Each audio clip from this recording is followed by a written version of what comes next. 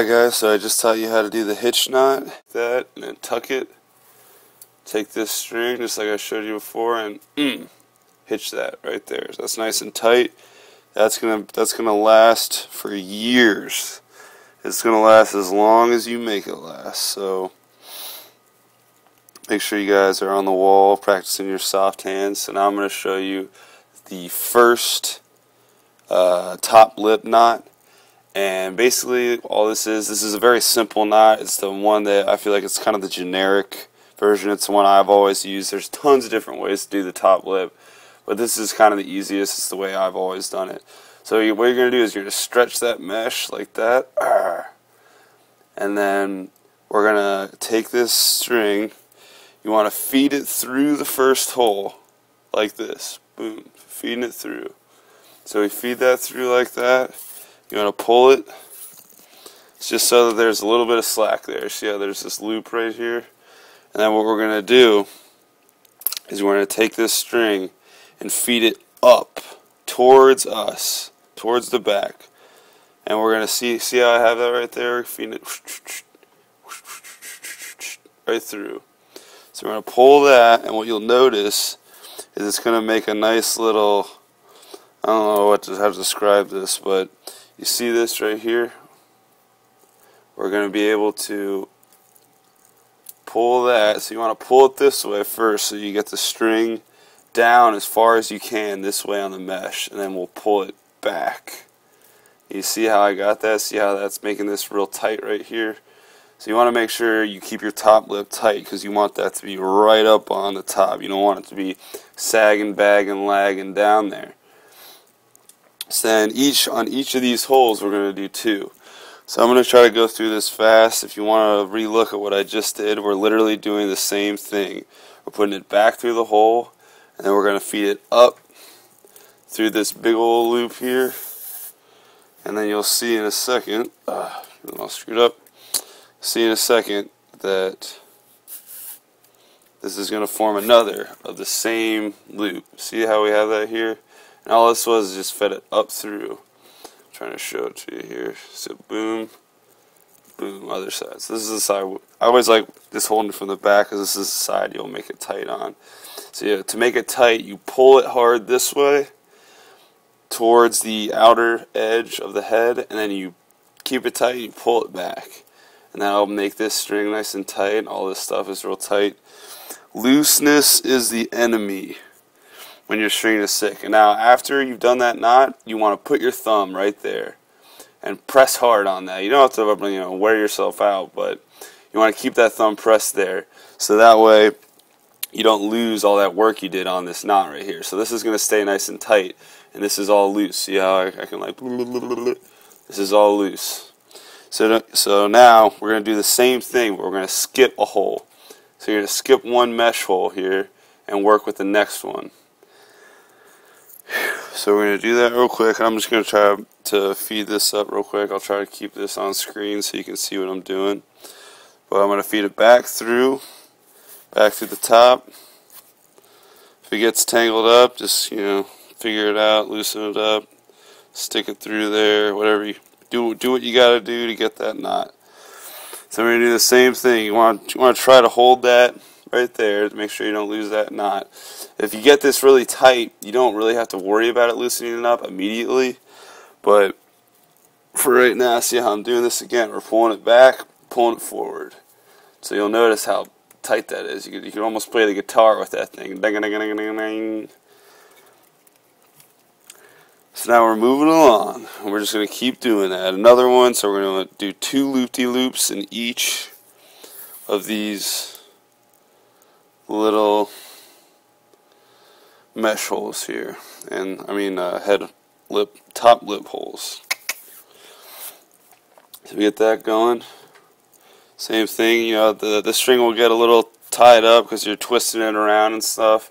That's okay. So we're going to pull it back this way, back again. And one thing you want to make sure you're checking on, try to show it to you real quick, is you want to make sure the mesh is not sitting behind the head. You want to make sure it's sitting flush with the head or on top. So I usually like pushing it a little bit on top because I don't like having any lip action when the ball is coming out of the top of the head. So what I want to see here, you see how this is sitting on top of the lip a little bit, and that'll just keep the ball from, you know, coming when you're throwing. We're gonna put a nylon in too on the top to keep you from getting some lip action. But you know, some people like to feel the ball hitting the top of the lip when it comes out. It's really a personal preference. The whole game of lacrosse is pretty much personal preference. But for string and sticks, I'm just gonna, like I said, show you how I do it, and then you can make your little adjustments as you become more experienced. The reason I'm doing this is I like having this one hole in the middle of the head here. So what we're going to do, you want to make sure you pull that, not too much, but, so we got this string tight, this string's tight, these knots are nice and tight, so boom, put your thumb back there. And we're doing the same thing, we're skipping a hole, we're skipping this hole, right here, that one, and we're going to string with this one. I'm going to feed that through.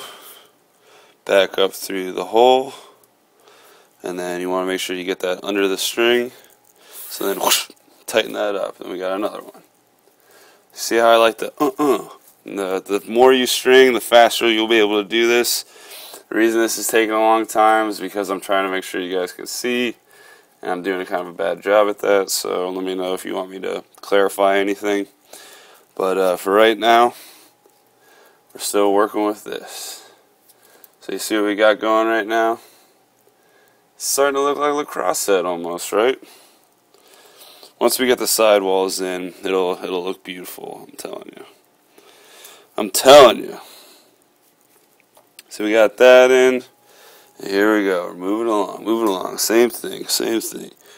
And you know, this kind of gets a little rough on your hands. My hands right now, even though I'm doing a little slow, you know, the sides of your fingers should feel a little bit of rope burn if you're doing this right. If you don't feel rope burn, then you're definitely making your knots a little bit loose, or you have Hulk hands, and you're just a He-Man. But anyway, so we got that next knot. See how we got 3 knots there? They all look nice and clean, nice and pretty. Everyone likes lacrosse. You know, half of lacrosse is looking good, because if you're looking good, you're feeling good. And you know what happens when you feel good? You play good. That's right. So we're going to feed this through again. This is the last one. And then I'm going to show you. I kind of just, over the years, have decided that attempting to hitch on the other side to end this top lip string is kind of unnecessary. So I'll show you what I do. It's kind of like a lazy way to do it, but it's pretty easy. So I think I'm going to show you guys how to do that way, just because it's a little bit more simple. And I'm trying to make this video for guys that have never strung before and are just trying to learn how. So we're going to feed that through again. This is our last hole. Right, you see how we have this? So we went same next hole, skip a hole, boom, skip a hole, boom, skip a hole, boom, and we're going to tie it off with this end hole right here. Now we're going to go to the same hole that we did on the other side, because you want everything to be symmetrical. That's one thing about stringing a lacrosse stick.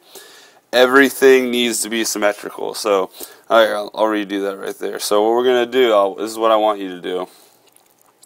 I want you to take your string, and then you want to feed it over the stick. So then pull this all the way through, down. So right now, this is the way we're looking. We're looking and see how I have this. It's difficult to get the angle. So I have this string right here. So what I want you to do is take this string just like we were doing before, feed it up through the hole, and then pull that tight. You'll notice, you see that right there, how I have this, it's stretching it hardcore right here, and that's what you want. You want this whole top lip to be nice and taut like a toiga. And so now what we're going to do, this is kind of the lazy way that I was talking about. There's other ways to do this. Everyone has their own style.